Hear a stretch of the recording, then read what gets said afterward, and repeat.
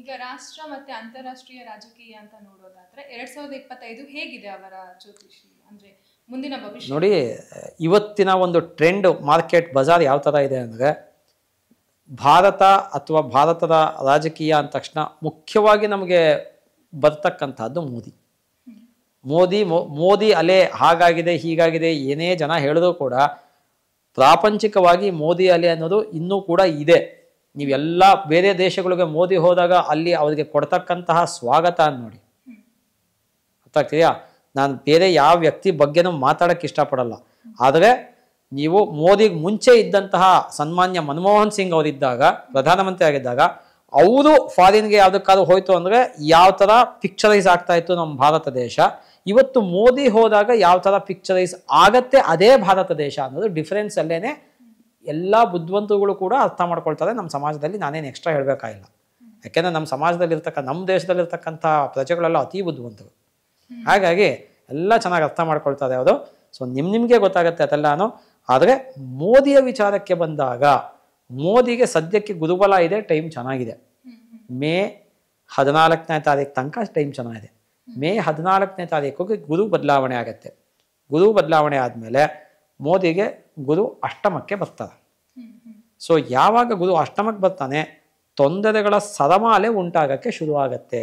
ನಾನು ಬಹಳ ಮುಂಚೆನೆ 6 ತಿಂಗಳಿಗೆ ಮುಂಚೆನೇ 5 ತಿಂಗಳಿಗೆ ಮುಂಚೆನೇ ಹೇಳ್ತಾ ಇದ್ದೀನಿ, ಮೋದಿಗೆ ಸ್ವಲ್ಪ ಕಷ್ಟ ಕಾಲ ಅನ್ನೋದು ಶುರುವಾಗುತ್ತೆ ಮೇ 14ನೇ ತಾರೀಕು ಆದಮೇಲೆ. ಎಲ್ಲ ರೀತಿನಲ್ಲೂ ಆಗುತ್ತೆ. ಪೊಲಿಟಿಕಲ್ ಆಗಲಿ, ಹೆಲ್ತ್ ವೈಸ್ ಆಗಲಿ, ಎಲ್ಲ ರೀತಿಯ. ಯಾಕೆಂದರೆ ಗುರು ಅಷ್ಟಮಕ್ಕೆ ಬಂದಾಗ ಅಥವಾ ಯಾವುದೇ ಗ್ರಹ ಅಷ್ಟಮಕ್ಕೆ ಬಂದಾಗ ಒಂದು ಕರೆಕ್ಟಾಗಿ ಅರ್ಥ ಮಾಡ್ಕೊಳ್ಳಿ, ಜ್ಯೋತಿಷ್ಯದಲ್ಲಿ ಅಷ್ಟಮ ಸ್ಥಾನ ಅನ್ನತಕ್ಕಂಥದ್ದು ಪ್ರಬಲವಾದಂತಹ ದುಸ್ಥಾನ. ಅಲ್ಲಿಗೆ ಯಾವುದೇ ಗ್ರಹಗಳು ಬಂದರೂ ಕೂಡ ಗೋಚಾರದಲ್ಲಿ ತೊಂದರೆ ಉಂಟಾಗತ್ತೆ, ಎಕ್ಸೆಪ್ಟ್ ಬುಧ ಅಂಡ್ ಶುಕ್ರ. ಬುಧ ಮತ್ತು ಶುಕ್ರ 2 ಗ್ರಹಗಳು ಅಷ್ಟಮದಲ್ಲಿ ಒಳ್ಳೆ ಫಲವನ್ನು ಕೊಡ್ತಾರೆ. ಅದು ಬಿಟ್ಟರೆ ಸೂರ್ಯ ಒಳ್ಳೆ ಫಲ ಕೊಡೋದಿಲ್ಲ, ಚಂದ್ರ ಒಳ್ಳೆ ಫಲ ಕೊಡೋದಿಲ್ಲ, ಅನಾರೋಗ್ಯ ಉಂಟು ಮಾಡ್ತಾನೆ. ಕುಜ ಆಕ್ಸಿಡೆಂಟ್ಸ್ ಮಾಡ್ತಾನೆ. ಬುಧ ಒಳ್ಳೆ ಫಲ ಕೊಡ್ತಾನೆ, ಶುಕ್ರ ಒಳ್ಳೆ ಫಲ ಕೊಡ್ತಾನೆ. ಗುರು ಒಳ್ಳೆ ಫಲ ಕೊಡಲ್ಲ, ಅನಾರೋಗ್ಯ ಉಂಟು ಮಾಡ್ತಾನೆ, ಮತ್ತು ಆರ್ಥಿಕವಾಗಿ ಏರಿಳಿತಗಳನ್ನು ಉಂಟು ಮಾಡ್ತಾನೆ. ಶನಿ ಅಷ್ಟಮದಲ್ಲಿತ್ತು ಅಂದರೆ ಬಹಳ ತೊಂದರೆ ಉಂಟು ಮಾಡ್ತಾನೆ. ರಾಹು ಕೇತುಗಳು ಅಷ್ಟಮದಲ್ಲಿತ್ತು ಅಂದರೆ ಆಕ್ಸಿಡೆಂಟ್ಸ್ ಮಾಡ್ತಾರೆ, ಮತ್ತು ಅನ್ರೆಕಗ್ನೈಸಬಲ್ ಡಿಸೀಸಸ್ನ ತಂದು ಒಡ್ಡುತ್ತಾರೆ.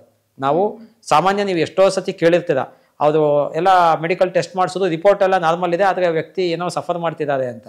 ಇದು ಯಾತಕ್ಕಾಗತ್ತೆ ಅಂದರೆ ರಾಹು ಕೇತುಗಳಿಂದ ಆಗ್ತಕ್ಕಂಥದ್ದು.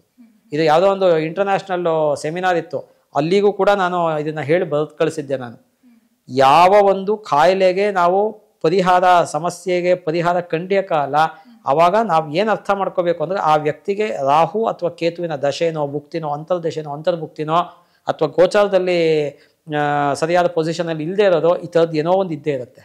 ಇದನ್ನು ನಾವು ಕರೆಕ್ಟಾಗಿ ಅರ್ಥ ಮಾಡ್ಕೋಬೇಕು. ಈ ರಾಹು ಕೇತುಗಳು ಛಾಯಾಗ್ರಹಗಳು, ಆದ್ದರಿಂದ ಅದರ ಎಫೆಕ್ಟ್ ಗೊತ್ತಾಗುತ್ತೆ ಹೊರತು ಅದು ಇರುವಿಕೆ ಗೊತ್ತಾಗಲ್ಲ ನಮಗೆ. ಇವಾಗ ರಾಜಕೀಯದಲ್ಲಿ ಇವಾಗ ಹೇಳಿದ್ರಿ ಮೋದಿಗೆ ಸಮಸ್ಯೆ ಆಗತ್ತೆ ಅಂತ ಹೇಳಿ, ರಾಜಕೀಯ ಏನಾದ್ರೂ ಚೇಂಜ್ ಆಗೋವಂಥದ್ದು ಅಂದ್ರೆ ಅವರ ಒಂದು ಸ್ಥಾನಕ್ಕೆ ಏನಾದ್ರೂ ಕುತ್ತು ಬರೋ ಆಗೋ ಪಾಸಿಬಿಲಿಟೀಸ್ ಇದೆ ನನ್ನ ಪ್ರಕಾರ. ಆಗೋ ಪಾಸಿಬಿಲಿಟೀಸ್ ಇದೆ ನನ್ನ ಪ್ರಕಾರ. ಯಾವಾಗ ಆಗಲ್ಲ ಅಂದ್ರೆ ಅಕಸ್ಮಾತ್ ಅವರ ಪಕ್ಷದವರೇ ಎಲ್ಲರೂ ತುಂಬಾ ಅವ್ರನ್ನ ಪ್ರೆಷರೈಸ್ ಮಾಡಿ, ಇಲ್ಲ ನೀವು ಈ ಟರ್ಮ್ ಕಂಪ್ಲೀಟ್ ಇರಬೇಕು ಅಂತ ಒತ್ತಾಯ ಮಾಡ್ತು ಅಂದ್ರೆ ಮಾತ್ರ ಮೋದಿ ಉಳ್ಕೊಳ್ತಕ್ಕಂತಹ ಪಾಸಿಬಿಲಿಟಿ ಇದೆಯೇ ಹೊರತು, ಇಲ್ಲ ಅಂದರೆ ಮೋದಿ ಕಂಟಿನ್ಯೂ ಮಾಡ್ತಕ್ಕಂತಹ ಪಾಸಿಬಿಲಿಟೀಸ್ ಕಮ್ಮಿ ಇದೆ. ಯಾಕೆ ಅನ್ನೋದನ್ನು ನಾನು ಬಹಳ ಮುಂಚೆನೇ ಹೇಳಿದ್ದೀನಿ. ಮೋದಿಗೆ ಈ ಒಂದು ಸಿಸ್ಟಮ್ಗಳನ್ನೆಲ್ಲ, ಪೊಲಿಟಿಕಲ್ ಸಿಸ್ಟಮ್ ನಮ್ಮ ದೇಶದಲ್ಲಿ ನೋಡಿ ಬೇಸತ್ತು ಹೋಗ್ಬಿಟ್ಟಿದ್ದಾರೆ. ನಾನು ನೋಡ್ತಾನೆ ಗೊತ್ತಾಗತ್ತೆ ಅದನ್ನು. ನಾನು ಇದನ್ನು ಮೀಡಿಯಾ ಚಾನಲ್ಗಳಲ್ಲಿ ಬೇಕಾದಷ್ಟು ಚಾನಲ್ಗಳಲ್ಲಿ ಹೇಳಿದ್ದೀನಿ. ನಾನು ಇದನ್ನು ಮೋದಿಗೆ ಏನಾಗಿದೆ ಅಂದರೆ, ಅಯ್ಯೋ ಸಾಕಪ್ಪ, ಇದು ನನಗಿನ್ನು ಸಾಕಾಗೋಗಿದೆ, ನನಗೆ ಎಷ್ಟು ದೇಶಕ್ಕೆ ಅಂತ ಮಾಡಿದ್ರು ಕೂಡ ಸುಮಾರು ಜನ ಅರ್ಥ ಮಾಡ್ಕೊಳ್ತಿಲ್ಲ ಅನ್ನೋದು ಮನಸ್ಸಿಗೆ ಬಂದಿದೆ. ಅದರಿಂದ ಅವರೇ ವೈಯಕ್ತಿಕವಾಗಿ ನಿವೃತ್ತಿಯನ್ನು ಘೋಷಣೆ ಮಾಡ್ತಕ್ಕಂತಹ ಪಾಸಿಬಿಲಿಟೀಸ್ ಇದೆ. ಅಕಸ್ಮಾತ್ ಯಾವುದೇ ಆಗಿರಲಿ, ಆ ಒಂದು ಪಕ್ಷದಲ್ಲೇ ಇರ್ತಕ್ಕಂಥ ರಾಜನಾಥ್ ಸಿಂಗೇ ಆಗಿರಲಿ, ಅಮಿತ್ ಶಾನೇ ಆಗಿರಲಿ, ಯೋಗಿನೇ ಆಗಿರಲಿ, ಇನ್ಯಾರೇ ಆಗಿರಲಿ, ಎಲ್ಲರೂ ಕೂಡ ಇಲ್ಲ ನೀವೇ ಈ ಟರ್ಮ್ ಕಂಪ್ಲೀಟ್ ಮಾಡಲೇಬೇಕು ಅಂತ ಹೇಳ್ತು ಅಂದರೆ, ಒತ್ತಡ ಬಂತು ಅಂದರೆ, ತುಂಬಾನೇ ಪ್ರೆಷರೈಸ್ ಆಯಿತು ಅಂದರೆ ಅವಾಗ ಏನಾದರೂ ಮಾಡಬಹುದೇ ಹೊರತು, ಇಲ್ಲ ಅಂದರೆ ಅವರು ಬಿಡ್ತಕ್ಕಂತಹ ಕಡೆ ಮನ್ಸು ಮಾಡ್ತಕ್ಕಂತಹ ಪಾಸಿಬಿಲಿಟೀಸೇ ಜಾಸ್ತಿ ಇದೆ. ಕರ್ನಾಟಕ ರಾಜಕೀಯ ಅಂತ ತಗೊಂಡಾಗಲೂ ಕೂಡ ರಾಜಕೀಯ ವ್ಯಕ್ತಿಗಳಲ್ಲಿ ವಾಗ್ಯುದ್ಧಗಳು, ವಾಕ್ ಸಮರಗಳು, ಹಗರಣಗಳು ಎಲ್ಲ ಆಚೆಗೆ ಬಂದು ಮತ್ತೆ ವಾಗ್ಯುದ್ಧಗಳು ಆಗ್ತಕ್ಕಂತಹ ಪಾಸಿಬಿಲಿಟೀಸ್ ಇದೆ. ಯಾಕೆ ಅಂದರೆ 2025 ಅನ್ನೋದು ಇಟ್ ಇಂಡಿಕೇಟ್ಸ್ ಕುಜ. ಪದೇ 3ನೇ ಸತಿ ಹೇಳ್ತಿರೋದು ನಾನು. ಕುಜ ಅಂದಾಗ ಕಲಹಕಾರಕ ಅವನು. ಹಾಗಾಗಿ ರಾಜಕೀಯ, ಯಾಕೆಂದ್ರೆ ಕುಜ ಸೇನಾಧಿಪತಿ ಅಂದರೆ ರಾಜಕೀಯಕ್ಕೆ ಸಂಬಂಧಪಟ್ಟಂತ ರಾಜಕೀಯದ ವಿಚಾರದಲ್ಲಿ ಕಲಹಗಳು ಉಂಟಾಗುತ್ತೆ. ಪರಸ್ಪರ ನೋಡೋದಕ್ಕೆ ಬಹಳ ಮಿತ್ರರ ಥರ ಇರ್ತಾರೆ ರಾಜಕೀಯದಲ್ಲಿ, ಆದರೆ ಅವರವರಲ್ಲೇ ನೀವು ಸದನದಲ್ಲೇ ಮೊನ್ನೆ ಎಲ್ಲ ನೋಡಿದ್ದೀವಿ ನಾವೇನೆ ಕಲಹಗಳು ಯಾವ್ಯಾವ ಥರ ಆಗಿದೆ ಅನ್ನೋದು. ಸೊ ಹಾಗಾಗಿ ಈ ಒಂದು 2025 ಮೊದಲ 3 ತಿಂಗಳು 4 ತಿಂಗಳೊಳಗೆ, 3 ಬೇಡ 4 ತಿಂಗಳೊಳಗೆ ಹೆಚ್ಚು ಕಮ್ಮಿ ಗೊತ್ತಾಗುತ್ತೆ ನಿಮಗೆ. ಜನವರಿಯಿಂದ ಫೆಬ್ರವರಿ, ಮಾರ್ಚು, ಏಪ್ರಿಲು, ಮೇ ಈ 4-5 ತಿಂಗಳೊಳಗೆ. ಯಾಕೆ ಅಂದರೆ ಕೇವಲ 1.5 ತಿಂಗಳು ಗ್ಯಾಪಲ್ಲಿ 4 ಮೇಜರ್ ಗ್ರಹಗಳು ಬದಲಾವಣೆ ಆಗ್ತಾ ಇದೆ.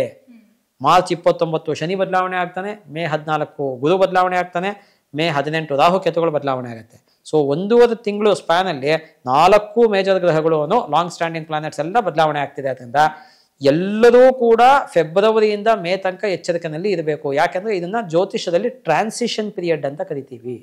ಟ್ರಾನ್ಸಿಷನ್ ಪೀರಿಯಡ್ ಯಾವಾಗಿರುತ್ತೆ ಅಲ್ಲಿ ಪ್ಲಸ್ ಜೊತೆಗೆ ಮೈನಸ್ಸು ಜಾಸ್ತಿ ಆಗ್ತಾ ಹೋಗುತ್ತೆ.